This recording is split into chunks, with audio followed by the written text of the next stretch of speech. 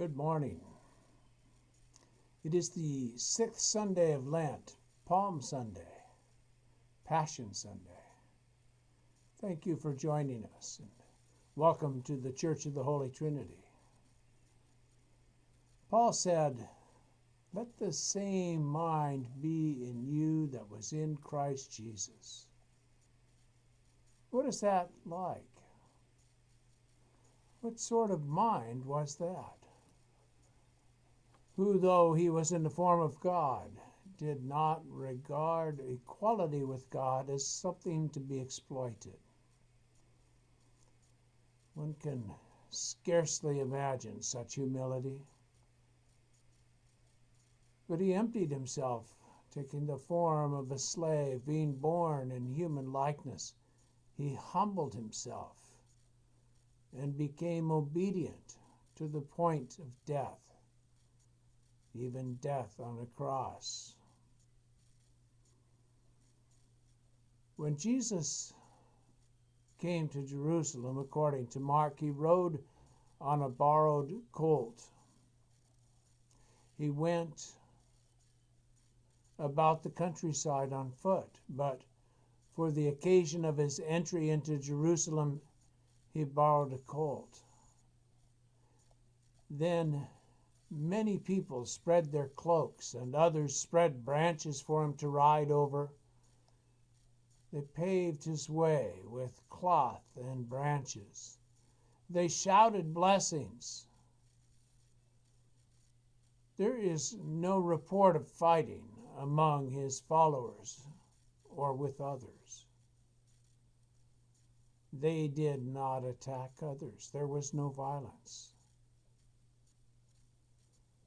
The mind of Jesus was humble. It wasn't that he lacked power. He had power equal to God. He chose to not use that power for himself. He did not regard it as a thing to be exploited. He rode in peace. And only a few days later he was arrested, brutally interrogated, and killed. The violence wielded against him was sudden. The violence wielded against him was savage. It was complete. His friends stole away, and he suffered and died. Paul says it was obedience that held him. Obedience to what? He was obedient to an understanding. The understanding that power is to be exercised through restraint. He was obedient to the understanding that violence is never the solution to violence. Today, we read about the violence done to him. He was beaten, whipped, tormented with thirst, spat upon, mocked, and taunted. His response was mild. 3 words, no more. Violence is never the solution to violence.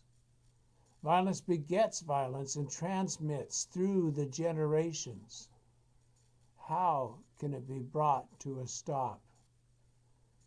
What does this require? Jesus suffered. Creation suffered with him. When it was noon, darkness came over the whole land until 3 p.m. At 3 o'clock, Jesus cried out with a loud voice. Then Jesus gave a loud cry and breathed his last, and the curtain of the temple was torn in two from top to bottom. What will it require to bring the cycle of violence to an end? Perhaps we're a step closer. When the centurion who stood facing him saw that in this way he breathed his last, he said, "Truly this man was God's Son." The curtain of the temple was torn in two from top to bottom. Jesus slipped away between earth and sky, obedient to the last. Almost home, free at last.